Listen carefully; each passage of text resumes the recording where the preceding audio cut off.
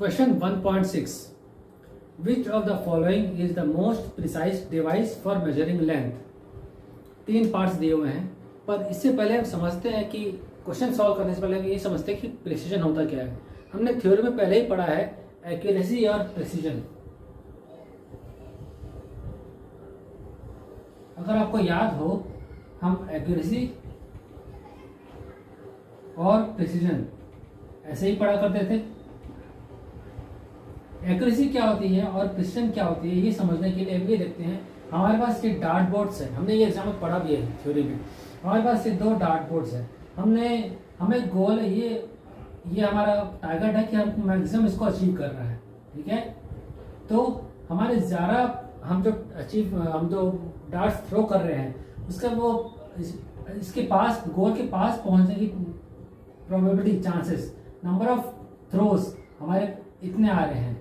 तो number of throws हम जितने भी थ्रो किए हमने, वो सारे यहाँ इसके आसपास ही आ रहे हैं। तो ये हम कहेंगे ये सबसे ज़्यादा एक्यूरेट है, ठीक है।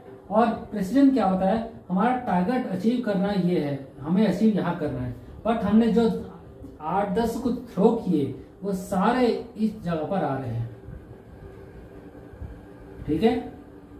हमारे टारगेट के पास तो नहीं आए, बट ये सारे एक जगह ही आ रहे हैं, सारे के सारे सिर्फ एक ही पॉइंट पर पहुंच रहे हैं। इसे कहेंगे प्रिसीजन या प्रिसाइज थ्रोस।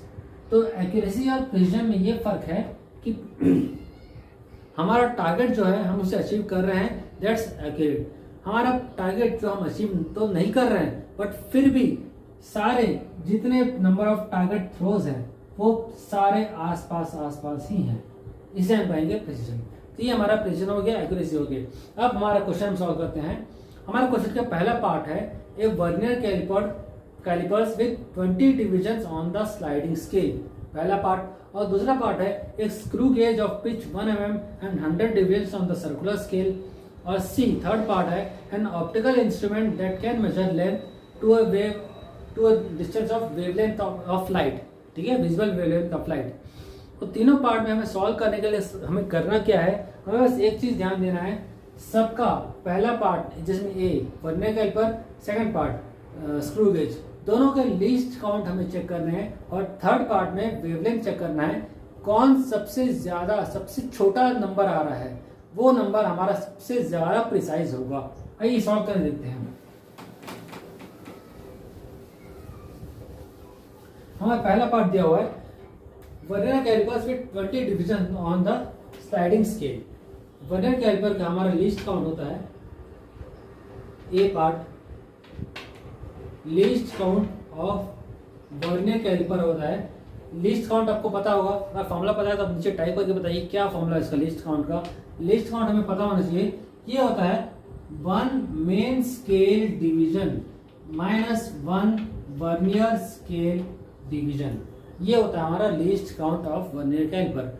वर्नियर कैलिपर का लीस्ट काउंट जो होता है 1 main scale division minus 1 vernier scale division, ठीक है। और अकॉर्डिंग टू दिस क्वेश्चन, हमारे इस क्वेश्चन में दिया हुआ है 20 डिविजन्स, मतलब 20 main scale divisions is equal to 19 vernier scale divisions. मतलब 1 मेन स्केल डिवीजन क्या हो जाएगा, 19/20 वर्नियर स्केल डिवीजन। ये हमारा यहाँ तक आ गया, ये एक पार्ट सॉल्व हुआ क्वेश्चन का। अब हम लिस्ट काउंट सॉल्व करते हैं।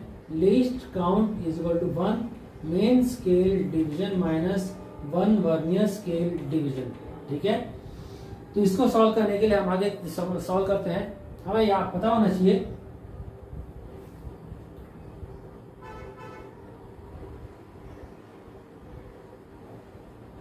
One main scale division minus 19/20 vernier scale division, ये हो गया 1/20 of main scale division least count, या 0.05 mm, ठीक है। हमारा इसका लीस्ट काउंट हो गया। अब हम सॉल्व करते हैं अगले पार्ट के लिए। सेकंड पार्ट सॉल्व करने से पहले ये समझते हैं, एक करेक्शन है, 20 वर्नियर डिविजन है, 20 vernier scale division is equal to 19 main scale divisions. तो ये हो गया 1 vernier scale division is equal to हो गया 19/20 मेन स्केल डिवीजन, और इसको ऐसे सॉल्व करेंगे, ये सही है, ठीक है। ये हमारा लीस्ट काउंट हो गया ए का। B part least count of screw gauge होता है pitch upon number of circular divisions. Pitch दिया हुआ 1, सर्कुलर है 100, ये हो गया 0.01 mm least count of screw gauge. Third part क्या क्वेश्चन में क्या दिया हुआ है, an optical instrument that can measure length to visible of wavelength of light. Wavelength of light हम सबको पता होना चाहिए क्या होती है। Wavelength of light visible range क्या होती है, ये होती है 4000 एंगस्ट्रॉम से लेकर 7000 एंगस्ट्रॉम होती है, या 400 नैनोमीटर से लेकर 700 नैनोमीटर होती है। इस क्वेश्चन को सॉल्व करने के लिए हम कोई एक वैल्यू ले सकते हैं, कोई सी भी वैल्यू हम ले लेते हैं lambda is equal to 500 nanometre. जब हम इसको लेकर सॉल्व कर रहे हैं कि कोई भी वैल्यू हम ले ली, हम नैनोमीटर, अब हमको पर फाइंड करना है इसके रेंज में, mm के रेंज में फाइंड करना है ताकि हम कंपेयर कर सकें। ये mm में 0.05 mm, ये 0.01 mm में फाइंड करते हैं। Lambda is equal to 500 into 10⁻⁹ metre. Lambda is equal to 500 into 10⁻⁹ metre into 10⁻⁶ mm, ठीक है। ये हो गया 500 इंटू 10⁻³ mm, या फिर 0.0005 mm। तो आपको लैम्डा दिख रहा है कितना छोटा वैल्यू आ रहा है हमारे पास, ठीक है। इतना छोटी वैल्यू आ रही है तो आपको दिख रहा होगा, आप अंदाजा लगा पा रहे होंगे कौन सी सबसे छोटी वैल्यू है। इस क्वेश्चन के स्टार्टिंग में मैंने कहा था प्रिसीजन फाइंड करना मतलब सबसे छोटी वैल्यू जिसकी होगी वो सबसे ज़्यादा प्रिसाइज होगा।